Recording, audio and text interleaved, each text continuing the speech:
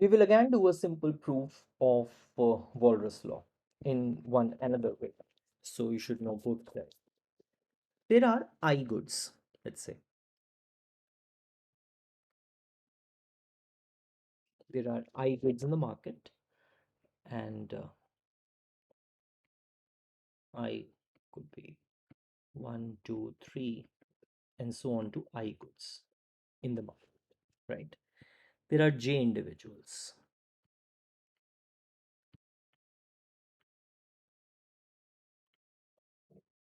Hmm, where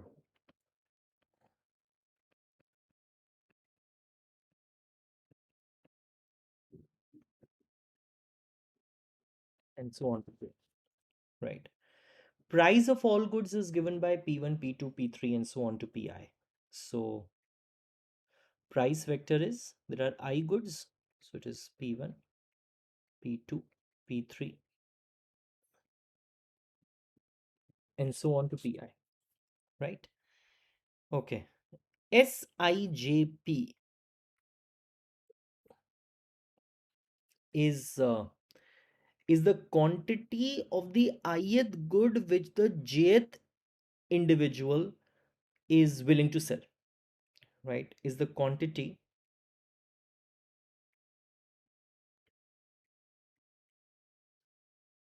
of the ith good that consumer J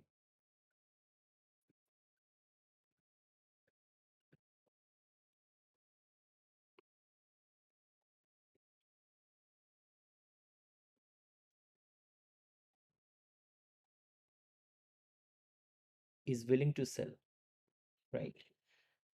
At price vector P. Have some patience. Just do the proof with me. Hmm. Maybe we'll learn together one or two new things. DIJP is the quantity of the good of the ith good which the jth consumer is willing to demand at the price vector P, right? Quantity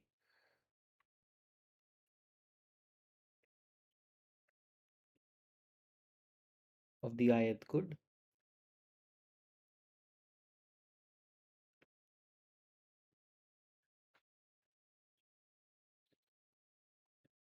that consumer J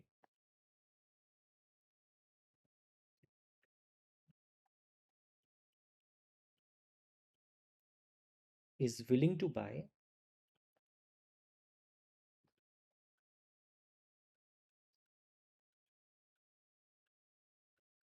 at price vector P, right? Is willing to buy, is willing to demand at price vector P. So if I am individual J and if I am going to satisfy my budget constraint, then the amount of the good which I'm going to supply would be equal to the amount of the good which I'm going to buy. That is the equilibrium, right? So the value of the goods which I'm buying is equal to the value of the goods which I'm supplying. See, when I say value the goods which I'm supplying, it means that those goods were with me actually. I'm endowed with those goods and now I'm selling them. So the value of those goods is nothing but my income. So my expenditure is equal to income. So how do I write this?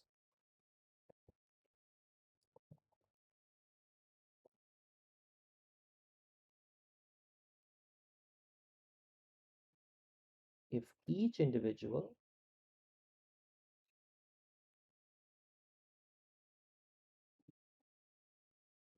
supplies, uh, if each individual satisfies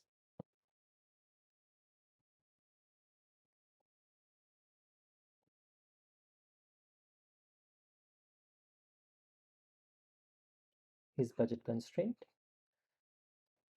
and individual satisfies his budget constraint would mean your expenditure is equal to the income.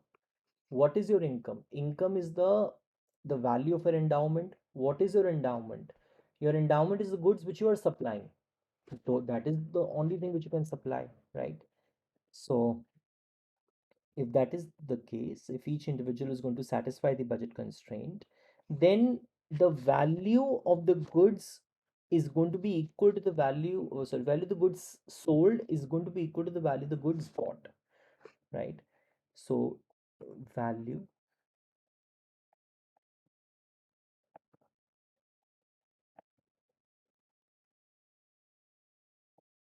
of the goods sold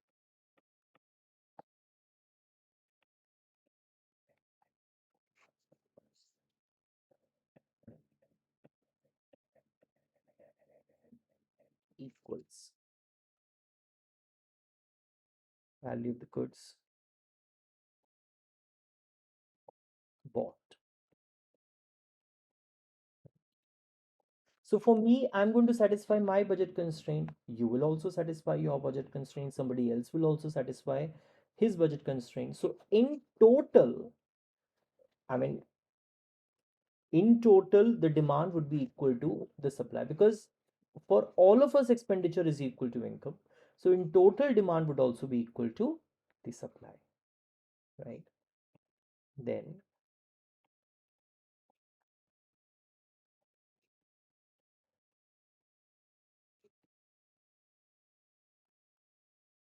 the total value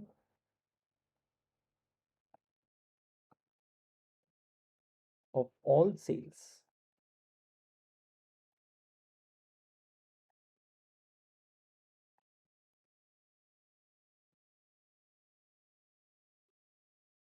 by all individuals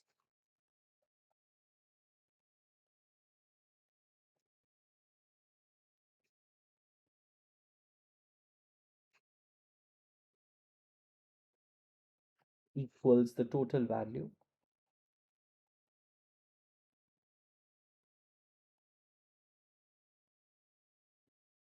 of all purchases by all individuals.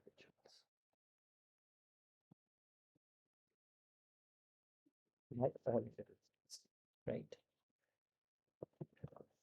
So let us say, that there is consumer J and there is a price vector P. Uh, there is consumer J and there is a price vector P.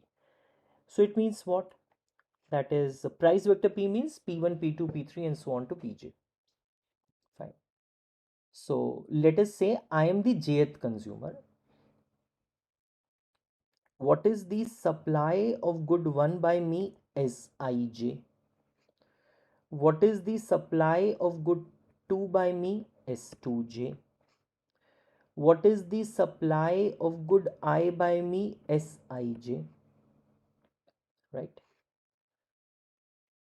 What is the value? Of course, I'll be multiplying this first good with the price of the first good, second good with the price of the second good, ith good with the price of the ith good. And this is the total value of supply which I have. Huh? So, and all of this is at the price vector P. When I say vector, I mean what? This is not the superscript. Huh? So don't assume that this is superscript, right? I mean, this is okay. I'll also write it properly since you've understood it now. So it is P1 Sij is a function of P, P2 Sij, sorry, not Sij, S1j.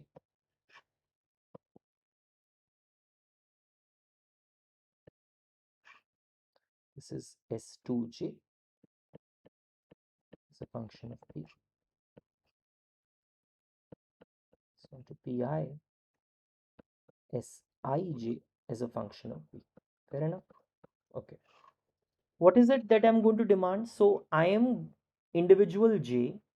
How much I'm going to demand for good one D1 J at price P?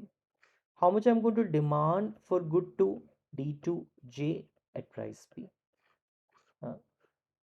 And how much I'm going to demand for good I Dij at price vector P? So I'm going to demand good 1 at price P1. I'm going to demand good 2 at price P2. And I'm going to demand good I at price Pi. Right, beta? at price pi. All of this is right? Right. So can I also write this as this summation of I starting from 1 to I pi Sijp is equal to summation I starting from 1 to I pi dijp. How beta? I can write this also like this. This is just, I mean, just start putting it up. 1, it is P1 S1P, 2 P2 S2P, and so on. So you will just get this expression. I'll take a little digression here.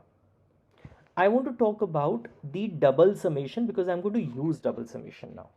So I want to talk about double summation first. Hmm. I'll take a very little digression out here. Supposedly, if I have the double summation like this, summation of I starting from 1 to 3, summation of j starting from 2 to 4, I plus j. So can I write it like this? Uh, can I write it like this? That is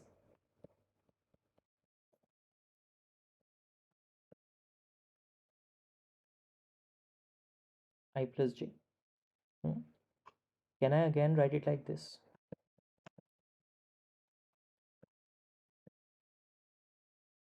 So I plus 2, because now it is starting from j is starting from 2 to 4, plus I plus 3 plus I plus 4. Now beta, now you start putting up your I, now you start putting up the way you will put this summation as well. Now you start putting up 1. So now when you will put this up, what will happen? You'll put 1 first for all i's.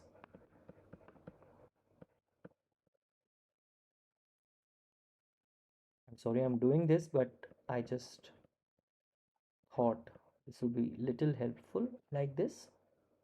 So that is the reason I'm doing this. Then you start putting 2 everywhere. It is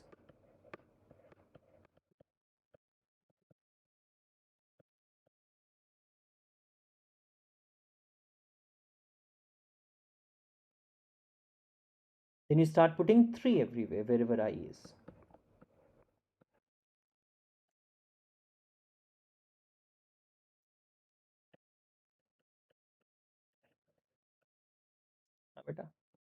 And what will you get is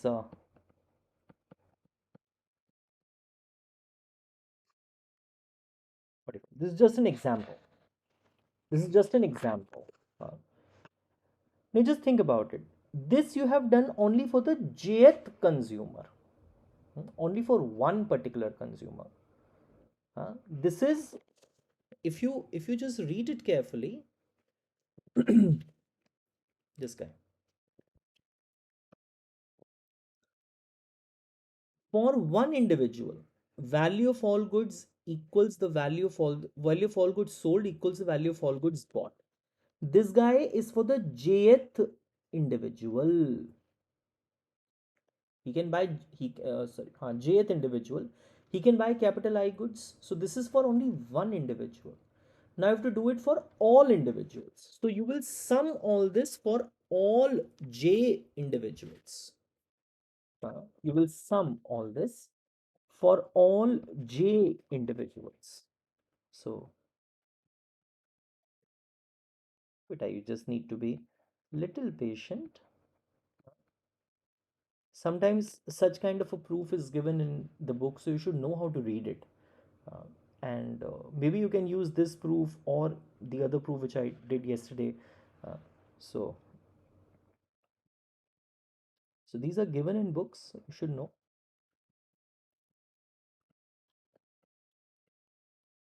over all J consumers. So what happens? This is This what I'm writing is for one individual, that is for the jth individual. This is what I'm writing. Now beta, let me write this again.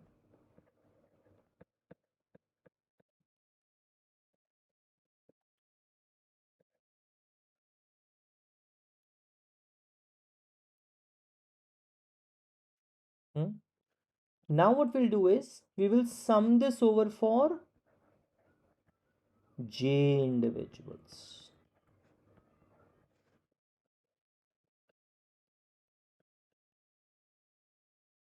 Mhm. We will sum this over for j individuals. Are you with me? Hmm? Now I'm using one property of double summation. So I've written it this way. I've written it this way. Now I'm writing it this way. I hope this line is clear to you, beta. If you just have a look at this guy. So this guy is only for one individual. Now you read this line.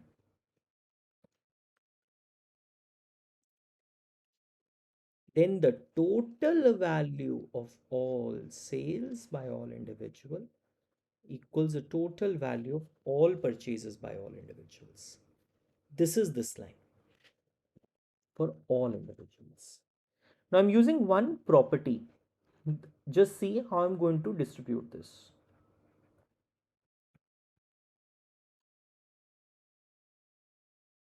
So I have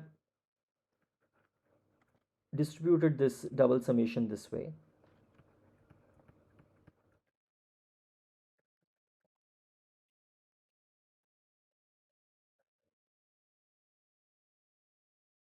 Understand that?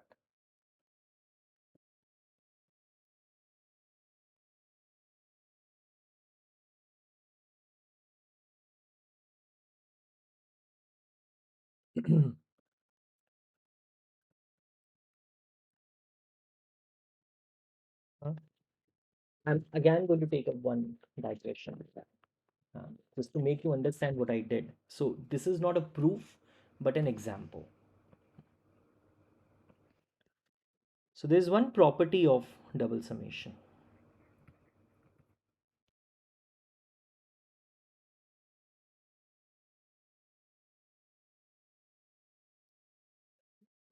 Again, I'm going to take one digression.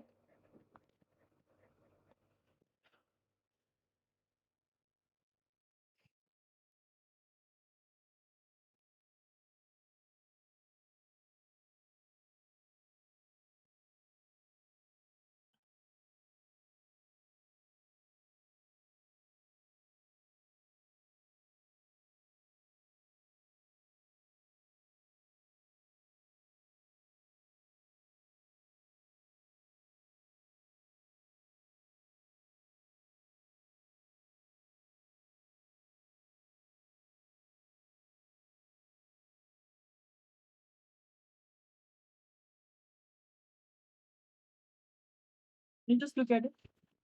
This is somewhat like this, right?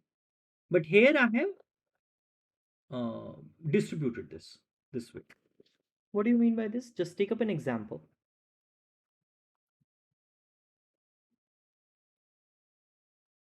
Just take up an example. J starting from 1 to 3. Summation of K starting from 2 to 4. AJBK, right? So let us just do it the way you did it earlier. First of all, this is an example, not a proof.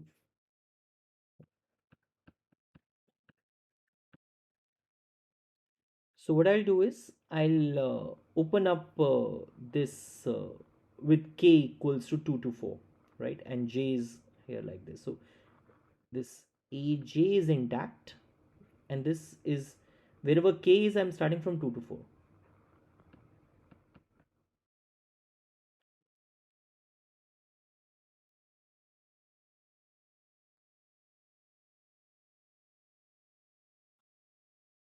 Mm-hmm. Now you put j equals to 1, j equals to 2, and j equals to 3. So first of all, we'll put j equals to 1.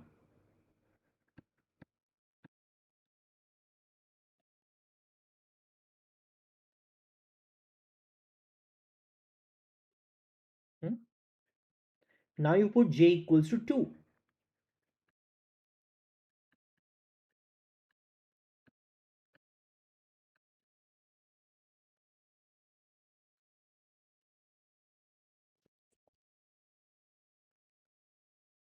Now you put j equals to 3.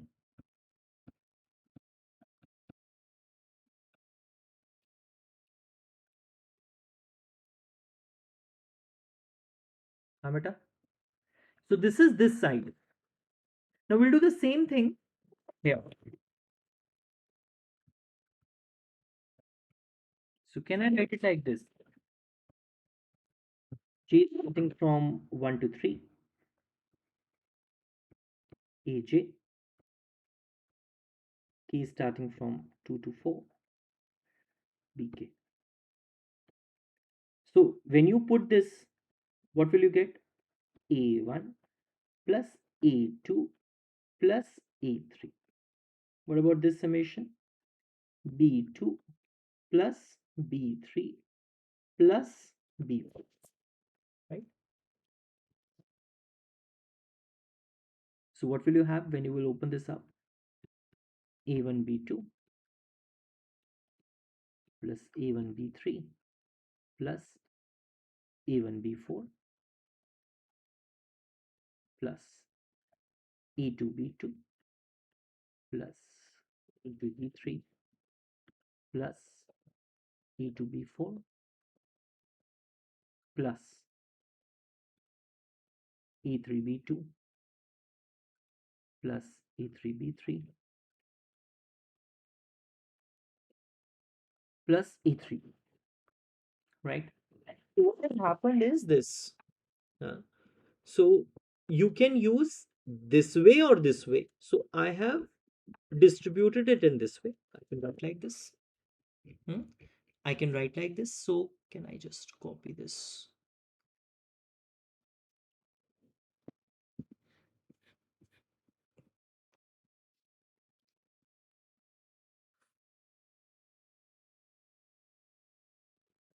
So you have this guy down with this guy.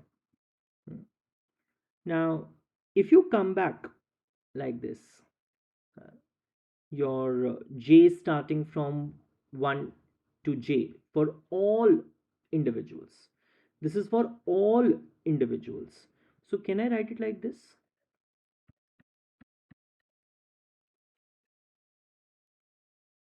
Sorry, pi into, just read this again. This is for all individuals now. S11, sorry, Si1 plus Si2 plus so on to Sij. So the supply of the ith good for all individuals. So can I write it like SIP? Okay. This is the total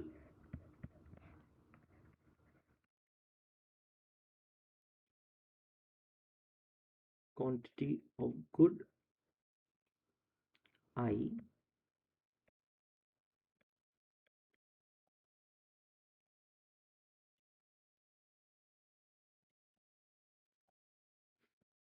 supplied at price Pi. Hmm. What about this guy? When you put j equals to 1 to j, di1 plus di2 and so on to dij. So that's the total quantity of good I which is demanded at for by all consumers.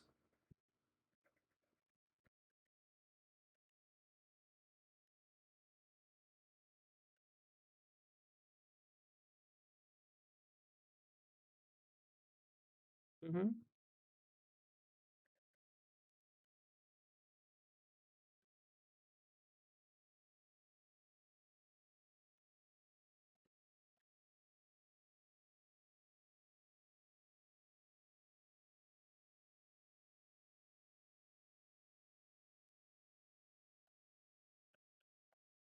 price pi, right?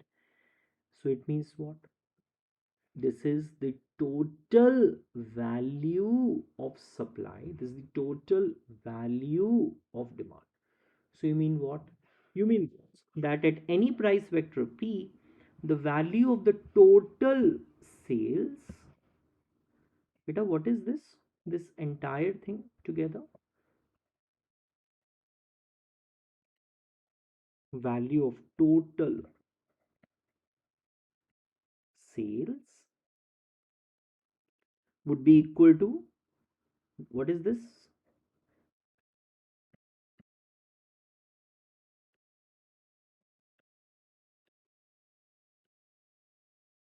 Value of total purchases.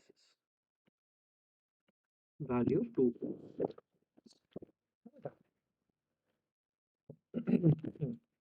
And then Walras Law says one more thing. It says this, that if all markets are in equilibrium, except for one market, then that market also has to be in equilibrium. So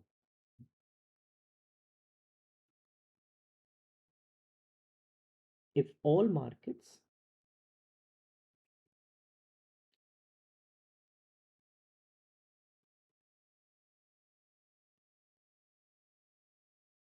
with the exception of kth market is in equilibrium or are in equilibrium, sorry,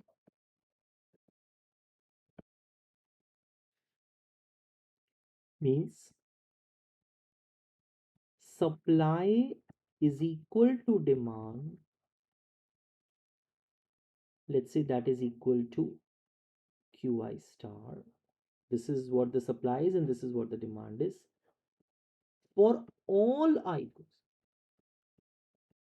except for kth market. For all markets except for kth market. You understand this? Supply is equal to demand is equal to this quantity for all I markets except for the kth market, right? And also pk is not equal to 0, let's say, right? Means it's not a free good. Then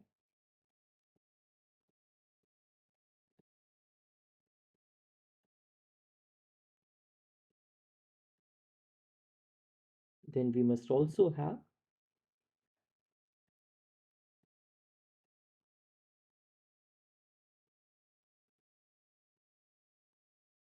this thing. Then we must also have the supply of the kth good equals to the demand for the kth good. Let's say that is equal to qk star. That's what law is trying to tell you.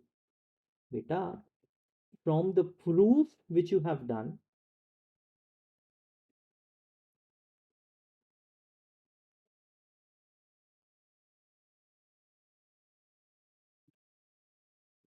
from the proof you have done.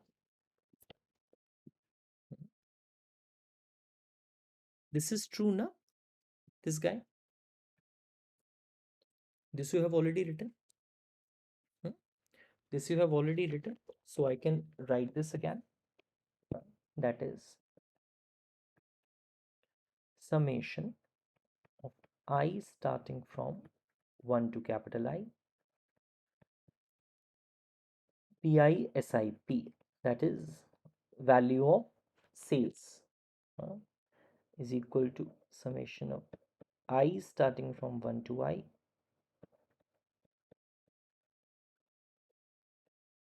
pi DIP, that is the value of purchases. Okay. Now if I want to write uh, like this, can I write it like this also? For all markets apart from K,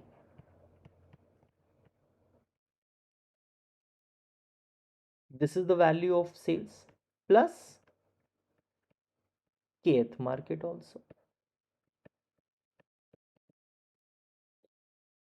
This is the total. So I starting from 1 to I. So these capital I markets will also involve the kth market, na?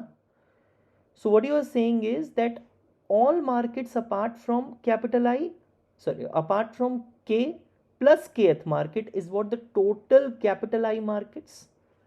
Similarly,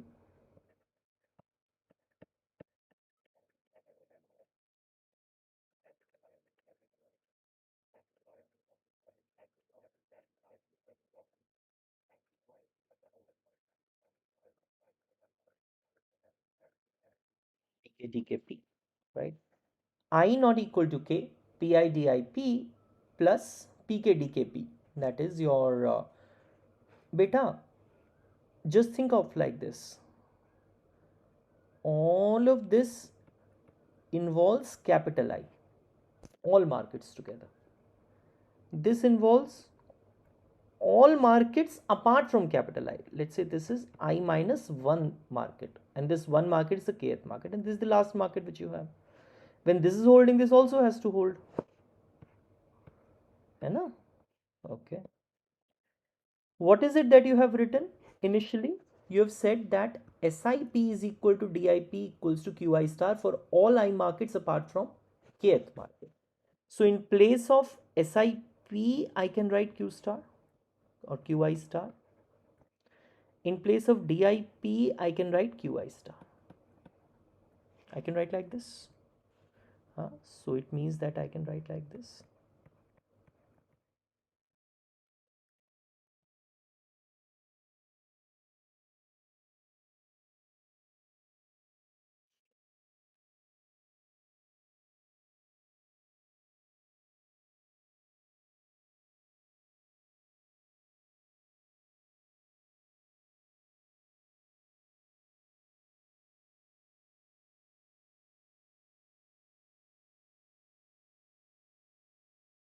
DKP. That is true, na beta? Because SI is equal to DI. That is what you have assumed. Now these things will get cancelled out.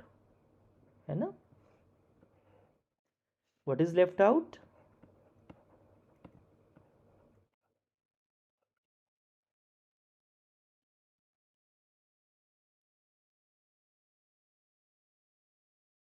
PKTKP. Your PKPK can get cancelled out because PK is greater than 0.